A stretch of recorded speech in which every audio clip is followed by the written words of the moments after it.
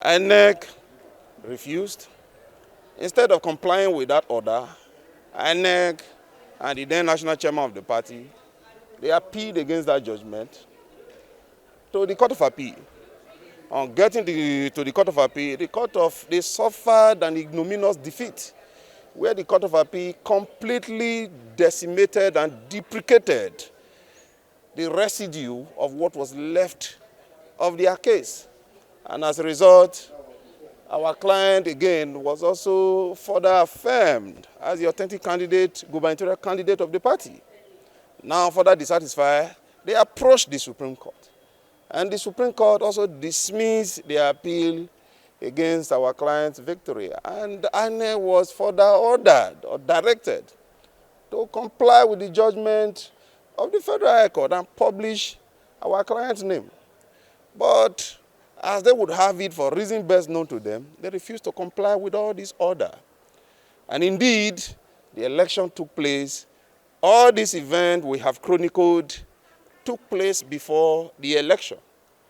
Now, on the election day, my client could not now participate because, as INEC had a different name, even in the Formiciate E, that showed the declaration of the result, he was not the one. It was a different person that was there.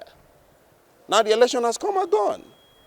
Will the law now fold his hand and allow our client, who has expended so much resources, to participate, obtain the nomination form, secure the confidence of the members of the party who voted him, who nominated him as their candidate, and to further now participate or campaign in the general election? It's expended a lot of money to move from Federal High Court to the Court of Appeal to the Supreme Court. The principle is, will be juicy, be remedial. The question is, does my client have a right here? Yes. If he has a right, is there a remedy? Yes, there's a remedy. So he cannot now be allowed to fold his hand and go empty-handed. He cannot now be asked to be declared, he cannot now ask to be declared the governorship candidate of Labour Party in Ebonyi State because the election has since come and gone. Our client verily believed that if he had participated in that election, he would have won that election. So the election has come and gone. His only remedy is against INEC,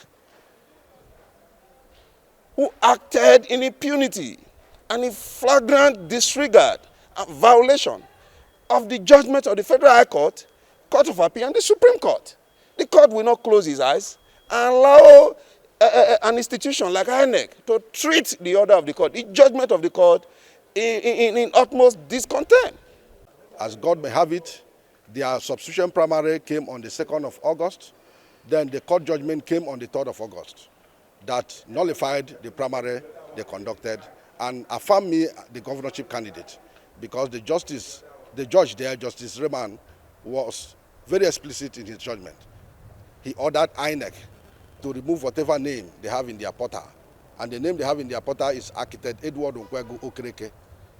They ordered INEC to remove the name and put my name, Eze Oko, as the governorship candidate of Labour Party because I have not withdrawn. They were not satisfied with that judgment. They had to appeal that judgment. So at the Court of Appeal Enugu, their suit was dismissed, affirming that I am the governorship candidate. They were still not satisfied with that judgment of the Court of Appeal Enugu. They went further to Supreme Court. To the glory of God, that's Labour Party. So as God may have it, I also defeated them in Supreme Court, which is the last court in Nigeria. And in all of these judgments that came, I instructed my lawyers to write to INEC, notifying INEC of the judgment in my favor. And that was done, sir. Here is the acknowledgement of all the judgment from the Federal High Court to the Supreme Court and the notification to INEC that was duly served to INEC. So I was still not, because I was very, very inquisitive as at that time, so I had to come down to Abuja myself, went to INEC with the judgments that INEC acknowledged, met with a woman, they said is the HOD legal department, named Mrs. Babalola. I met her with my colleagues. I told her that look at the position of the law, and the INEC has been duly served. So to my surprise, she said that nobody can compel her to do whatever we want her to do. I said, we are not pushing you to do. We are simply saying you people should obey the judgment of the court, because INEC is a creation of the law. INEC is not above the law. Then the woman became very, very upset and all of that. So I didn't stop there. I went up to meet with the commissioner of the legal department. I met her. I brought out my documents, my judgments to her. She went through all the judgment and said, please, I should not be distracted by whatever is happening here. That I should go down to Ebonyi and continue my campaign, that I am the governorship candidate. If by the special grace of God, Labour Party wins in that state, that I will be the governor to be sworn in. So with that, I left. She promised that the needful was to be done. So I went and commenced my campaign, my rallies and all that.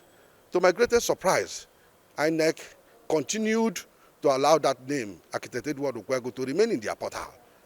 So with this, my people, my voters, my supporters were confused. How can you be campaigning that you are the candidate and INEC is showcasing a different name in their portal? This caused a lot of harm, a lot of damage to my political ambition.